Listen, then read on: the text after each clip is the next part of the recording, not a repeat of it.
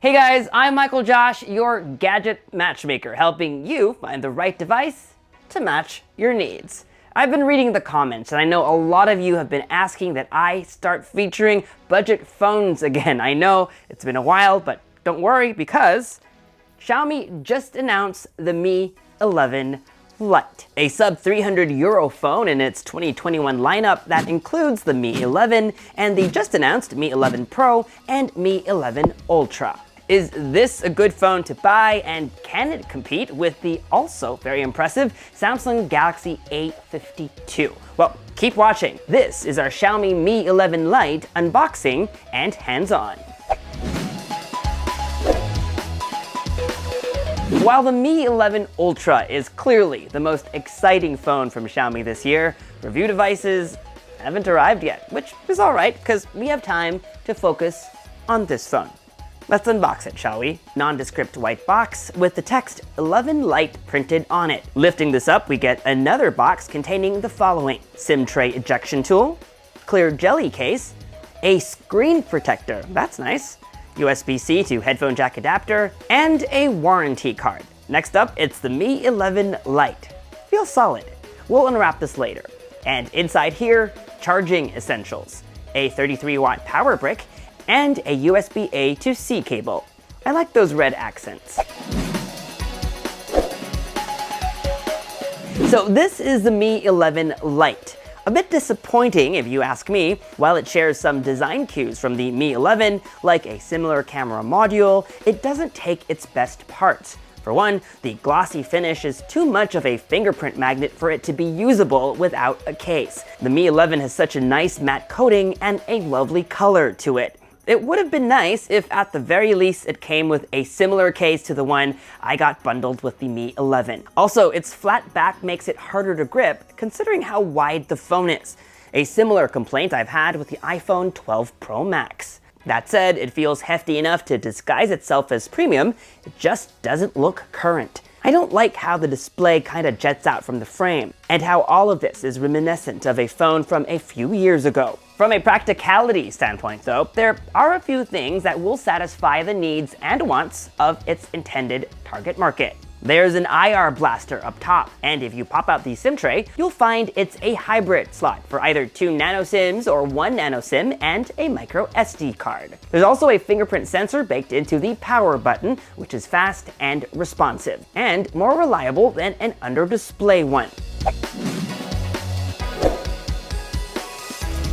Like many smartphone companies, Xiaomi's strategy with the Mi 11 series is to offer different phones with different specs to meet the needs of different folks at different price points. While the Mi 11 is your standard model for most fans, the Mi 11 Ultra, the one with the bleeding edge tech for techies, the Mi 11 Lite comes with pared down specs good enough to meet the demands of the everyday consumer.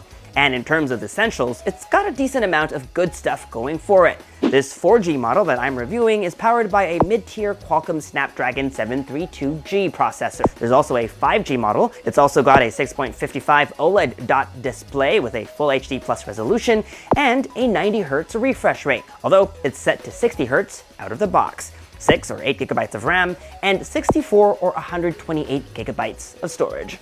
Now, while this phone doesn't have a lot of the flashy specs that higher-end phones have, like a Snapdragon 888 processor, a 120 Hz display, when I say pared down, it doesn't mean that this phone is going to give you some compromises that you're going to feel. With everyday tasks like surfing the web or browsing social media, even playing games, the Mi 11 Lite has enough performance power to get the job done. What you should pay attention to is that 64 gigabytes of storage, which I don't think is enough. Spend a bit more for the 128 gigabyte model if you can afford it.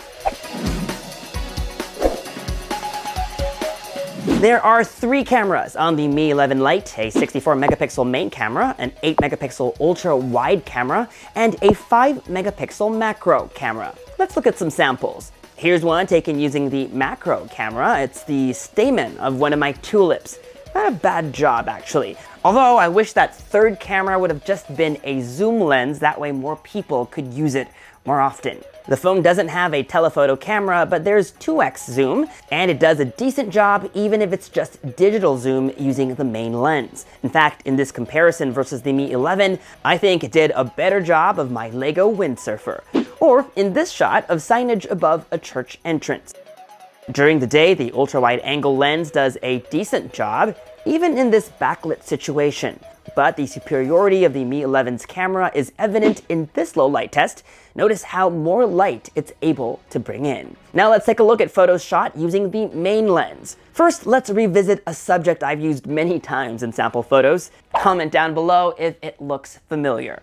This hydrant against a newly painted mural. Notice how the Mi 11 Lite's photos have more punch to them. Well, it's pretty consistent in all of these samples, actually. I've always wanted a disco ball, but not sure where to put it. Found this one at a restaurant in the neighborhood. Again, you'll find the Mi 11 Lite's photos have more contrast. It's the same here in this wide shot of my tulips. All right, I shot this photo particularly because of the paint peeling off from the wall. Thought it might be good to zoom in to see how much detail each phone is able to capture. So let's do that. Notice there's much more detail in the Mi 11's photo. Not surprising because of its 108 megapixel sensor. Now for some night shots. Using night mode here, notice again the Mi 11 brings in more light for the better picture overall. Finally, we have this shot of a Chinese New Year bull. Belated Kong Hei Fa Choi, by the way, if you celebrate. Neither phone did really well when there was hardly any light. In fact, both shots are soft and not very good. Right, let's not forget the 20 megapixel selfie camera up front. Here, I'll let you be the judge. I might be biased, because that's me. JK, as long as you're fine with some skin softening, it's a decent selfie camera. I personally don't mind as long as it makes me look good. It's also wide enough to fit in more than 2 people in the frame. The Mi 11 Lite comes with a 4,250 milliamp-hour battery. I only had time to use the phone for a full day and it got me through it with average use and the 90 Hz display turned on. The phone ships with a 33-watt charger in the box. In my tests charging an empty phone, I got to 19% in 10 minutes, 57% in 30, and 100% in less than an hour. Xiaomi's Android skin, built on Android 11, is MIUI 12, and it's one of those OSs you'll either love or hate. It's no vanilla Android, but it's clean and looks good. And there are plenty of nifty software features, like being able to run multiple versions of an app, having a space for work and a separate one for play, and floating windows. Or even small stuff, like being able to tap the screen to wake it up, or double press on the volume down button to quickly launch the camera. So, is the Xiaomi Mi 11 Lite your gadget match? I think overall, for what it does, the Mi 11 Lite is a very good smartphone. My problem, though, is that Xiaomi is very inconsistent when it comes to pricing. And don't start converting the Chinese price with the international price, because once international phones are released, pricing is very different. The conversion rate doesn't really matter there. And even among international units, prices vary greatly from market to market. There's also that bit about them announcing a €749 Mi 11, only to change pricing last minute to $799, and that went unexplained.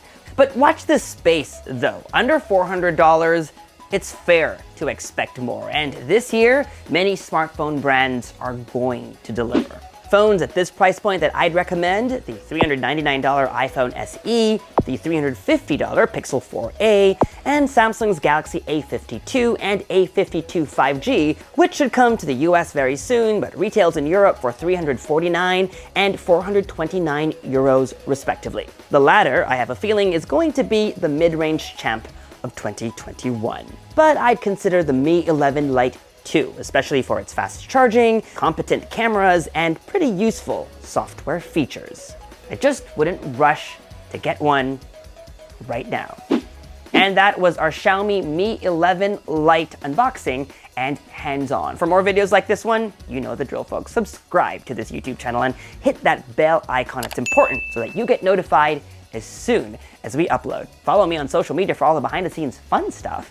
And as always, make GadgetMatch.com your daily habit. Until the next video, I'm MICHAELJOSH. Thanks for dropping by.